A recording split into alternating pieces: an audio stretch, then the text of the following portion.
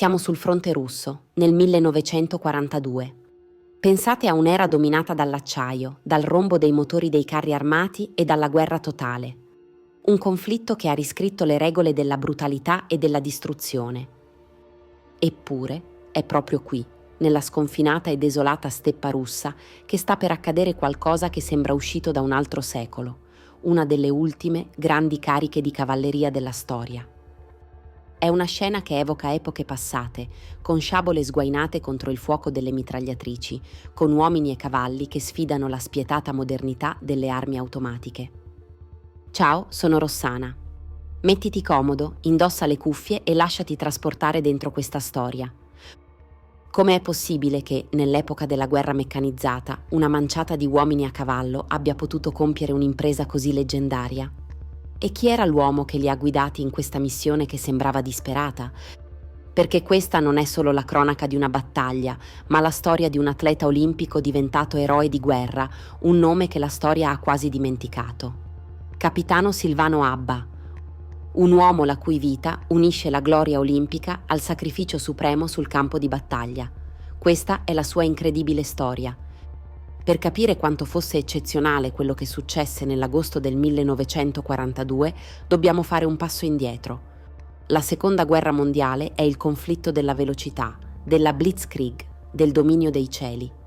In questo nuovo mondo, la cavalleria, che per secoli era stata la regina dei campi di battaglia, sembrava solo una reliquia del passato, un'arma romantica ma tragicamente superata.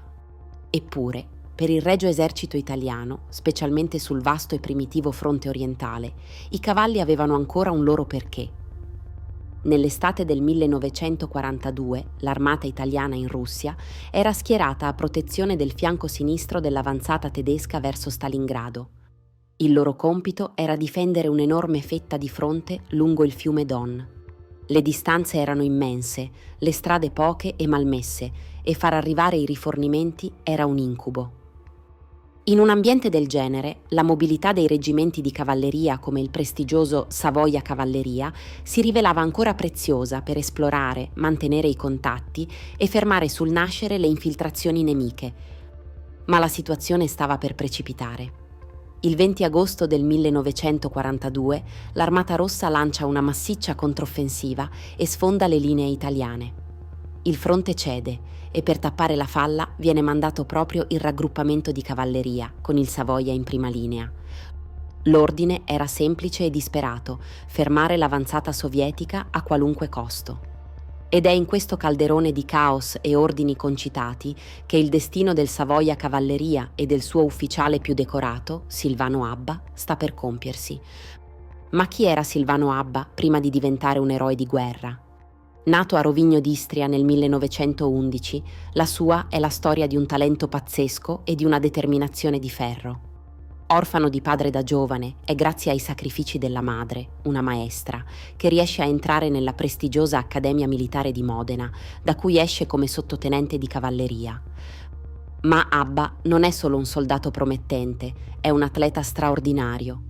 Si dedica al pentathlon moderno, una delle discipline più massacranti, che unisce 5 sport: scherma, nuoto, equitazione, tiro con la pistola e corsa. In pratica, l'incarnazione del soldato perfetto immaginato da de Coubertin. Il suo talento lo porta dritto alle Olimpiadi di Berlino del 1936. In quell'arena carica di tensioni politiche, davanti al mondo intero, il giovane tenente italiano fa un'impresa: vince la medaglia di bronzo, la prima medaglia olimpica in assoluto per l'Italia in questa disciplina. La sua carriera sportiva sembrava lanciata, ma il mondo stava per cambiare. Fedele al suo ruolo di militare, Abba mette da parte lo sport per la divisa. Parte come volontario nella guerra civile spagnola, dove si distingue al comando di una compagnia di carri d'assalto, dimostrando un coraggio che gli vale una medaglia d'argento al valor militare. Con lo scoppio della Seconda Guerra Mondiale, combatte prima sul fronte francese e poi in Jugoslavia. Nel luglio del 1941 finisce in Russia con il suo reggimento, il Savoia Cavalleria, dove prende il comando del 4° squadrone. Anche qui il suo valore non passa inosservato. Durante un'azione nell'ottobre del 1941, dopo che una mitragliatrice nemica aveva bloccato l'avanzata, Abba prende in mano un'arma e con pochi tiri precisi neutralizza la postazione avversaria, guadagnandosi una medaglia di bronzo. Su ogni campo, che fosse quello sportivo o quello di battaglia, Silvano Abba era un leader nato, uno che ispirava con l'esempio, unendo la forza dell'atleta alla fredda determinazione dell'ufficiale. E così arriviamo a quell'alba fatidica del 24 agosto del 1942. Il reggimento Savoia Cavalleria, circa 700 uomini, si era accampato per la notte nella steppa, vicino a un punto insignificante sulle mappe chiamato quota 213,5. L'aria era tesa. Sapevano di avere il nemico vicino, ma non avevano idea di quanto vicino. Durante la notte, senza che nessuno se ne accorgesse, 3 battaglioni siberiani dell'Armata Rossa, circa 2500 soldati, si sono infiltrati e trincerati in un enorme campo di girasoli, creando un semicerchio che avvolgeva la posizione italiana. Aspettavano solo le prime luci dell'alba per scatenare l'inferno. L'attacco inizia quasi per caso.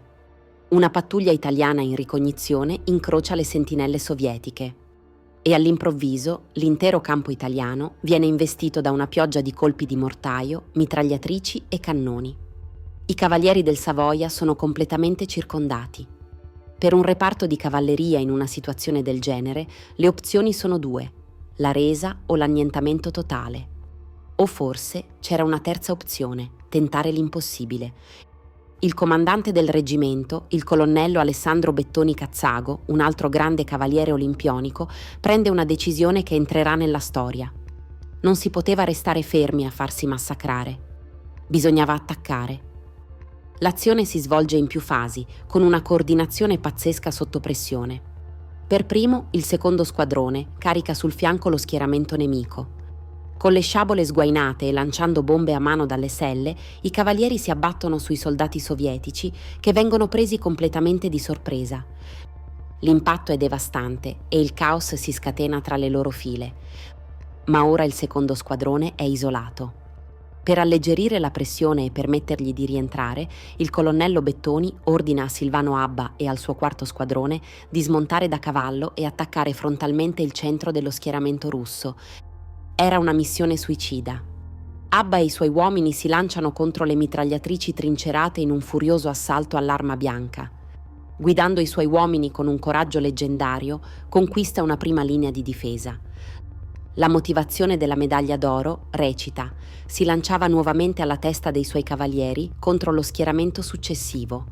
Ferito una prima volta e stramazzato al suolo, si rialzava con indomita energia. Mentre Abba e i suoi combattono disperatamente corpo a corpo, Bettoni gioca l'ultima carta, la carica frontale del terzo squadrone, che scavalca gli uomini di Abba e si abbatte sul nemico. È il colpo di grazia. Attaccati da ogni lato, i reggimenti siberiani si sfaldano e si ritirano in disordine. Ma proprio nel culmine dell'azione, mentre guida ancora i suoi uomini, il capitano Silvano Abba viene colpito una seconda volta, mortalmente. Cade sul campo nell'istante esatto in cui la battaglia, anche e soprattutto grazie al suo sacrificio, si sta decidendo a favore degli italiani. Alle 9:30 del mattino la battaglia di Izbushensky è finita. Il campo di girasoli è uno scenario di distruzione. Le perdite italiane sono dolorose, ma contenute. 32 cavalieri morti, tra cui ufficiali come Abba, e 52 feriti. Le perdite sovietiche sono pesantissime, circa 150 morti, centinaia di feriti e quasi 600 prigionieri, oltre a un'enorme quantità di armi. Il Savoia Cavalleria aveva spezzato l'accerchiamento e vinto la battaglia. La notizia della carica fece il giro del fronte. Persino alcuni ufficiali tedeschi, che avevano assistito alla scena, si congratularono con il colonnello Bettoni dicendo: «Noi queste cose non le sappiamo più fare». Una frase a metà tra l'ammirazione per il coraggio e forse una velata ironia per un modo di combattere che consideravano superato. Ma al di là dell'eroismo, che impatto ebbe davvero la carica? Fu solo un gesto glorioso ma inutile? La risposta è complessa. Sul piano generale, la carica di Izbushensky non cambiò le sorti della guerra. L'avanzata sovietica non fu fermata, ma solo rallentata in quel piccolo settore. Tuttavia, sul piano tattico, fu un successo innegabile. L'azione salvò il reggimento dall'annientamento e diede tempo alle altre unità di riorganizzarsi. Non fu l'ultima carica di cavalleria in assoluto, perché altri episodi minori accaddero più tardi, ma quella di Izbushensky è considerata l'ultima grande carica di un esercito occidentale contro truppe regolari ed è entrata di diritto nella leggenda. La storia di Silvano Abba si conclude in quella steppa lontana, ma la sua eredità è potente. È l'eredità di un atleta che portò l'Italia sul podio olimpico e di un soldato che la servì fino al sacrificio finale. Per il suo gesto gli fu conferita la massima onorificenza, la medaglia d'oro al valor militare alla memoria. Le sue spoglie, ritrovate solo dopo decenni, oggi riposano nel sacrario di Re di Puglia. La carica di Izbushensky è diventata il simbolo dell'ultimo bagliore di un modo antico di combattere, un atto di coraggio quasi inconcepibile nell'era della guerra industriale. Ricordare Silvano Abba significa ricordare che dietro le grandi strategie della storia ci sono sempre le storie individuali. Storie di uomini eccezionali, capaci di gesti straordinari, il cui coraggio merita di non essere mai dimenticato. Conoscete altre storie di eroi dimenticati come Silvano Abba, le cui imprese meritano di essere raccontate? Scrivetelo qui sotto nei commenti, la storia è fatta anche di queste memorie preziose. E se questo viaggio nella storia vi è piaciuto, iscrivetevi al canale e attivate la campanella, così da non perdere i prossimi episodi. Grazie per essere stati con me, vi aspetto al prossimo eroe.